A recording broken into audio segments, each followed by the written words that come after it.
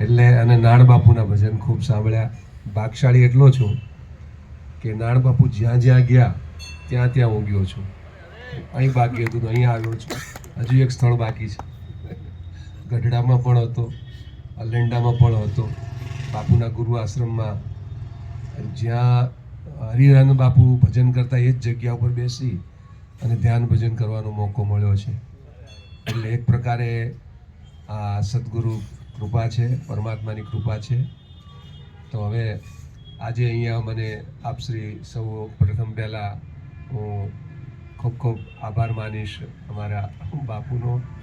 લહેરી બાપુ જેનું નામ જ લહેરી છે તો સતત લહેરીમાં જ રહે છે. એટલે લહેરી બાપુનો આભાર માનું છું. દરેકના નામ મને હજુ થોડો સમય લાગશે.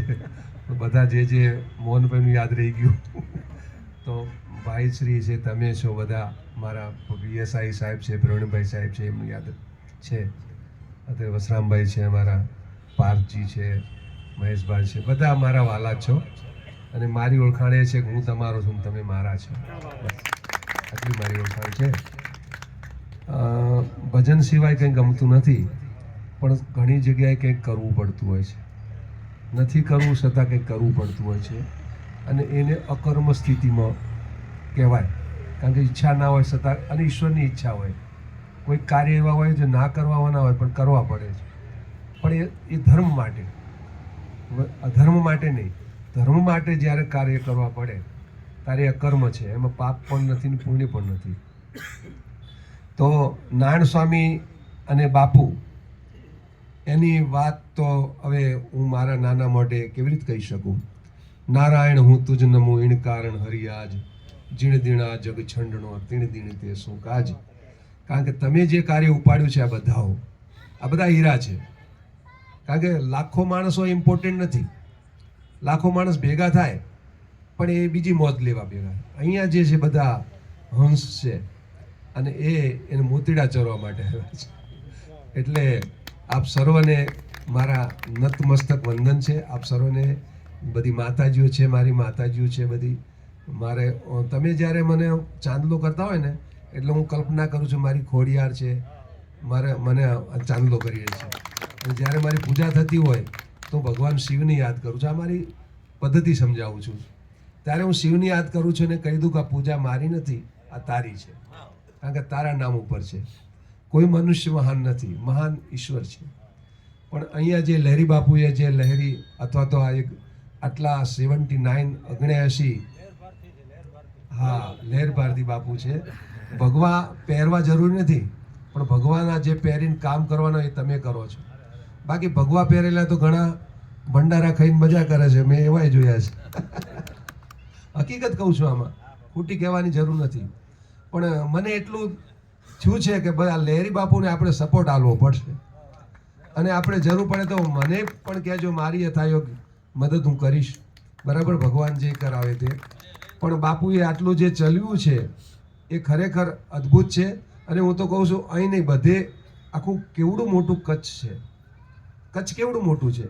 અને કચ્છની અંદર તો હું જોઉં છું કે કેટલા બધા સંતવાણીઓ અને ડાયરાઓ કે જે કંઈ થતું હોય છે ને, લાખો કરોડોની ઘોડ ઉડતી હોય છે. પણ જે ભજનનો ભીષ્મ પિતામહ જે નારાયણ, એની તોલે મારી દૃષ્ટિમાં કોઈ ના આવે.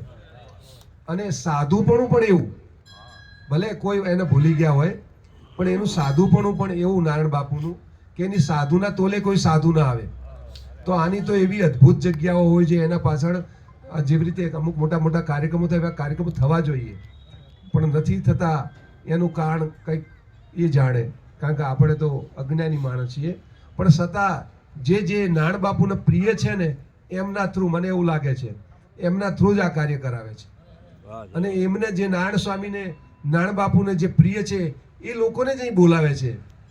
કારણ કે એ પોતે પારખનાર હતા, એ પોતે પારસ હતા. અને જેને અડે એને દાખલે કે સોનું થઈ જતા હતા.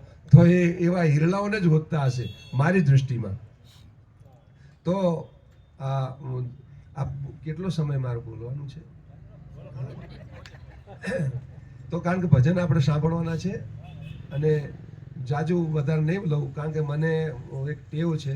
હમણાં અમારે એક આખા વિશ્વનું બ્રહ્માંડની અંદર મોટું મંદિર થાય છે દુર્ગામાનું, અને એની ઈંટ રાખવાનું, એને ઈંટ મૂકવાનું અથવા તો ખાતમુહૂર્તમાં લાભ મને મળ્યો હતો.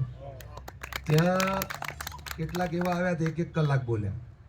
પછી મેં એમને કીધું કે ભાઈ ક્યાં બોલું, કેટલા આ કલાકારો આ બધી ખબર વધારે પડે, ક્યાં અટકવું, ક્યાં ટકવું. એટલે અમુક મર્યાદા હોય ને, અને મર્યાદામાં જ મજા છે.